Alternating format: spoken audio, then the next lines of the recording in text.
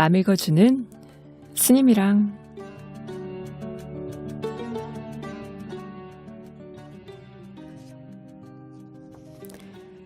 맘 읽어주는 스님이랑 목요일 코너입니다. 마음치유학교에서 제가 진행하고 있는 영성 북클럽, 함께 읽고 있는 책,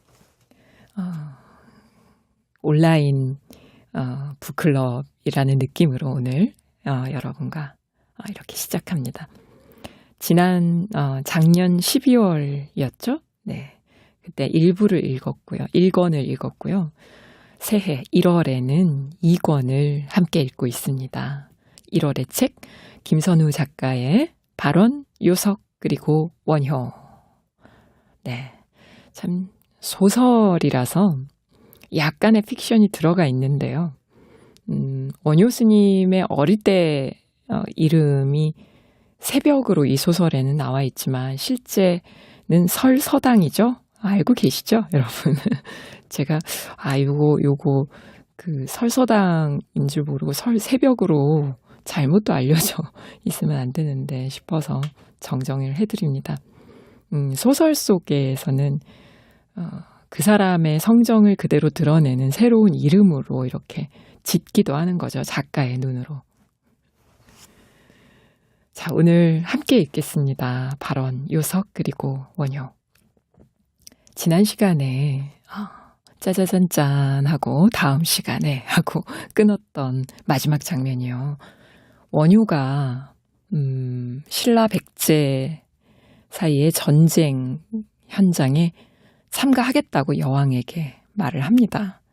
그러나 칼과 총을 잡는 것이 아니라 자기는 약통을 잡고 사람들을 치유하는 역할로 승병장 역할을 하겠다.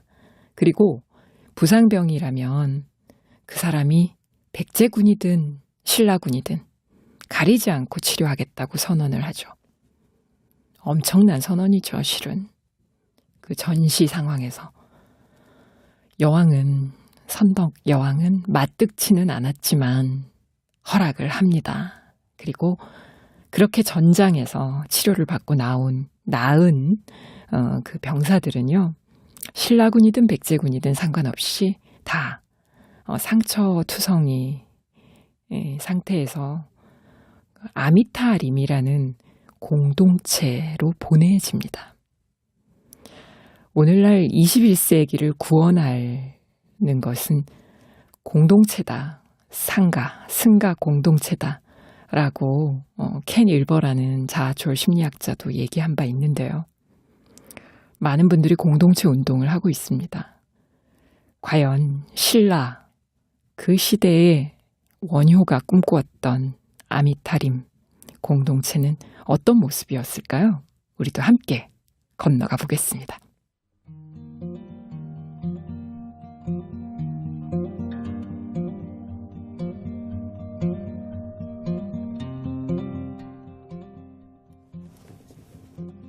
항아리만한 붉은 불덩이가 굉음을 내며 날아들어 산 하나를 전부 태워버린 이후 저주받은 땅이 되었던 그곳에 상수리 나무들이 다시 자라기 시작한 것은 정확히 언제부터였는지는 모른다. 저절로 자라났다고도 하여 젊은 날의 해공스님이 해숙스님과 의기투합해 도토리 10만 8천 개를 심고 보살폈다고도 했다. 흰새가 해공스님께 아미타림의 연원에 대해 여쭈어 본 적이 있으나 해공은 허리에 찬 표주박을 끌러 흰새의 이마에다 불뚝한 혹을 하나 만들어 주었다. 예끼, 어느 하나의 힘으로 숲이 만들어지더냐. 도토리와 비바람, 햇빛, 흙의 원력이 모두 적절한 인연을 이루어야 나무 한 그루가 자라나는 법이니라.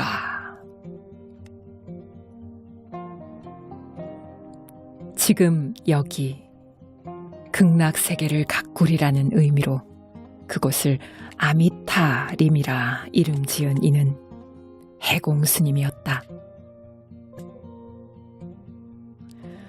아미타림에 거주하는 사람들은 대부분 병이 나도 약을 쓸 수 없는 가난한 이들이었다. 해공이 서라벌 동시에 밥집에서 살려낸 이들, 거리에서 굶어 죽어가던 이들, 국경 지역의 유민들, 도망 나온 신라인과 백제인들이 섞여 있었고, 사포항 근처와 서라벌 뒷골목에 혼혈인들과 전쟁 부상자들이 줄을 이루고 있었다.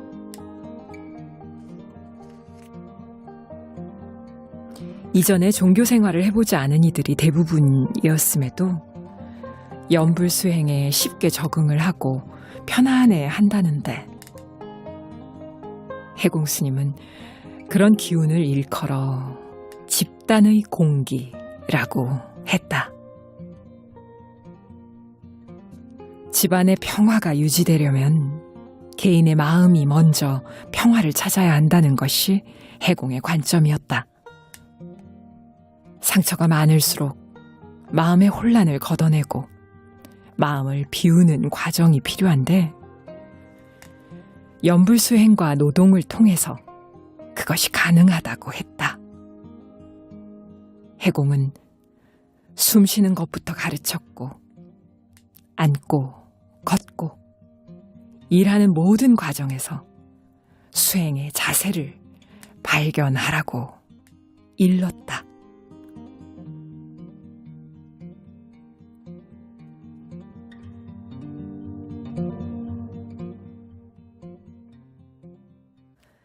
해공 스님이 아미타림을 열게 되신, 이 공동체를 열게 되신 뜻이 참 감동적이네요. 그죠? 이곳에 모이는 그 공동체의 그 구성원들이 참 주목할 만하지 않으십니까, 여러분? 그 시대에 소외된 사람들이죠, 주로. 그리고 어디에서도 보호받지 못하고 상처투성이인 사람들. 그러나 그 사회의 근간이 되는 아주 중요한 일들은 온몸을 바쳐서 하고 있는 사람들이죠. 혼혈인들도 있어요. 그죠? 네, 지금으로 얘기하면, 우리로 얘기하면 다문화 가정 정도로 봐도 되겠죠. 그리고 우리 전쟁 부상자들, 심지어 신라군뿐만 아니라 백제, 적국이라고 생각하는 그 곳의 그 군사들조차도 다 품고 있었습니다. 굉장한 일이죠, 이 일은. 일단 사람을 살려놓고 보자라는 그 마음, 그 생명에 대한 그 평등한 사랑이 없이는 가능하지 않은 일이죠. 수많은 정치적 이념과 이런 경제적 이득, 이런 것들이 계속 눈앞에서 어른거리는 대부분의 사람들은 할 수 없는 일입니다. 그리고 이곳에서 심지어 수행을 가르치셨어요. 너무 어려운 어려운 수행 말고요. 어려운 경전 말씀 말고, 이렇게 마음이 힘들 때마다 한 마음 돌려서 나무 아미타불, 내 마음, 내 세포 하나하나가 나무 아미타불 하는 순간 아미타 부처님의 극락세계로 이 세포들이 바뀌는 것이죠. 지금 여기에 극락세계를 실현하는 그런 원력을 가지고 연불수행을 가르치셨고요. 숨 쉬는 것부터 가르치셨다고 하시죠. 네, 이게 참 우리 그대길이 늘 꿈꾸는 세상이기도 한데요. 제가 꿈꾸는 세상이기도 하고, 해공 스님의 그 원력이 스며 있는 아미타림.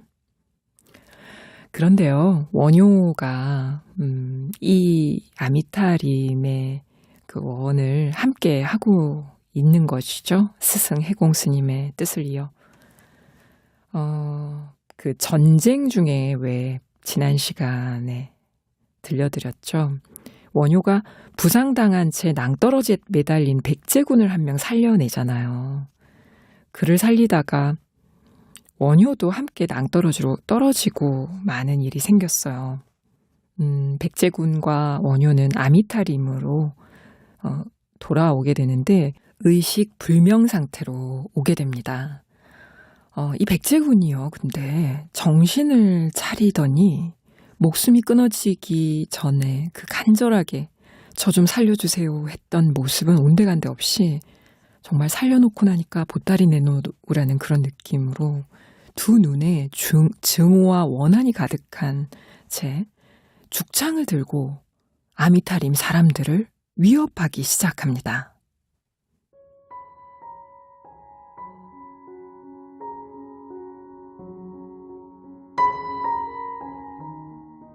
가쁜 숨을 몰아쉬며 원효가 병동 산채에 당도했을 때였다. 안에선 통곡 소리가 흘러나왔다. 해공의 모습은 말할 수 없이 처참했다. 제 옆에 병상에 있던 사람입니다.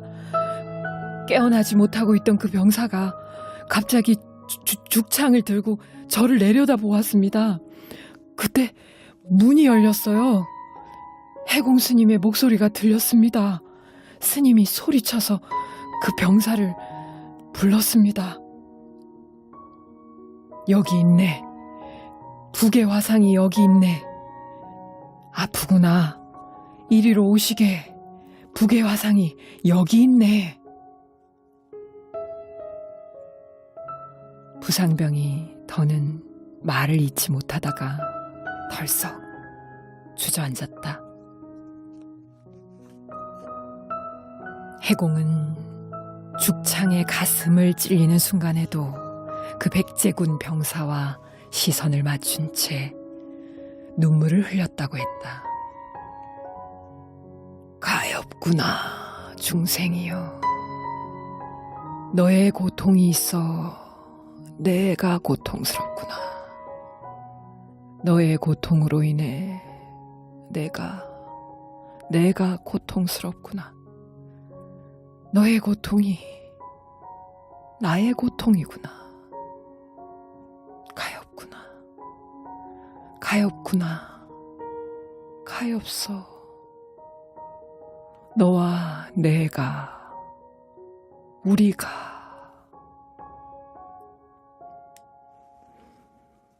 그를 가엾어한 해공의 진심이 그에게 전해지는 동안 해공은 또한 바랐을 것이다. 그의 끔찍한 살생의 업이 여기서 끝나기를. 원한과 증오와 절망으로 미쳐버린 가여운 사내로 인해 병동 산채에 있는 다른 이들이 무고한 피해를 입지 않기를 해공은 바랬을 것이다. 그리하여 마지막 순간까지 시선을 맞춘 채 그를 오로지 해공 자신에게만 묶어둔 것이리라. 스승님, 원효가 해공을 부여안았다. 원효를 알아본 해공의 얼굴에 희미한 미소가 떠올랐다. 왔느냐? 네 품에 안겨 있으니 좋구나. 좋아. 원효에게 안긴 해공이 입을 열어 무언가를 말하려고 했다.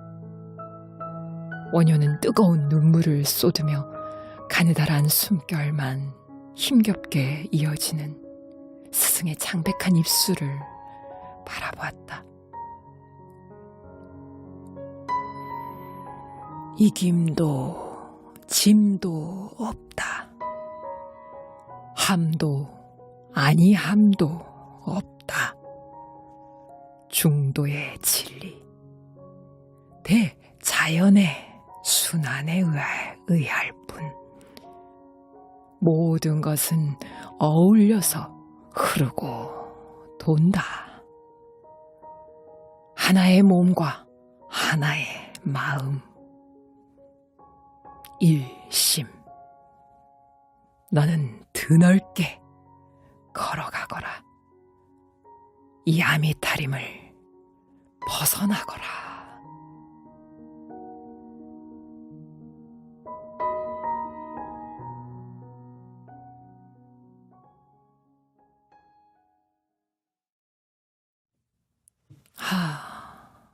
스승 해공스님이 백제군 병사에게 찔려서 돌아가시게 되네요. 이 순간 원효의 심정은 어떠했을까요? 짐작이 되지 않습니다.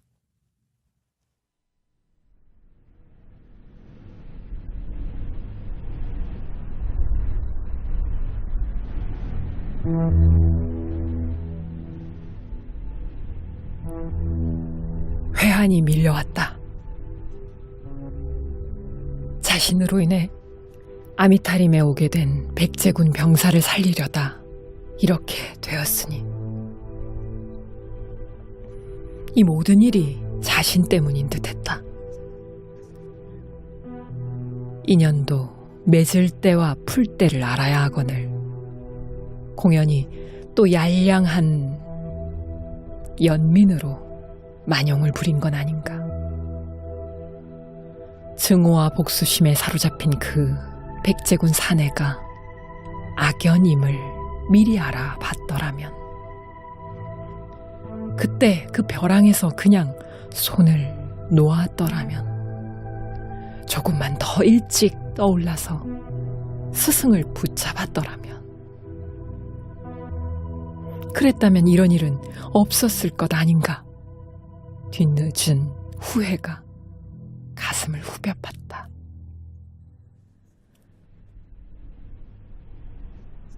자괴감으로 괴로워하는 원효의 손을 잡기 위해 해공이 마지막 안간 힘을 다해 손을 움직였다. 원효가 그 해공의 손을 그러지었다. 너의 선택이 옳다. 100번이라도 살리려고 애써야 옳다. 괜찮다. 해공의 마지막 미소였다.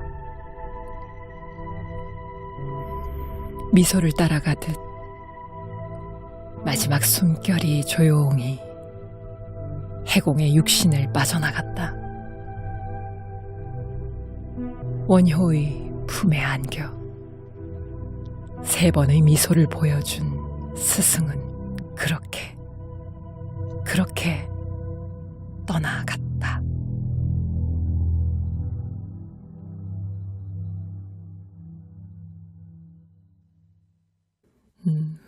스승 해공스님은 마지막 순간까지도 제자 원효를 생각하셨네요. 너의 선택이 옳다. 100번이라도 살리려 애써야 옳다. 괜찮다. 스님의 그 마지막 유언을 가슴에 새기면서 우리 시대에 과연 어떤 공동체를 우리가 꾸려나가야 할지 가슴 깊이 새겨보는 그런 오늘 그대 길이었습니다. 아름다운 세상을 위해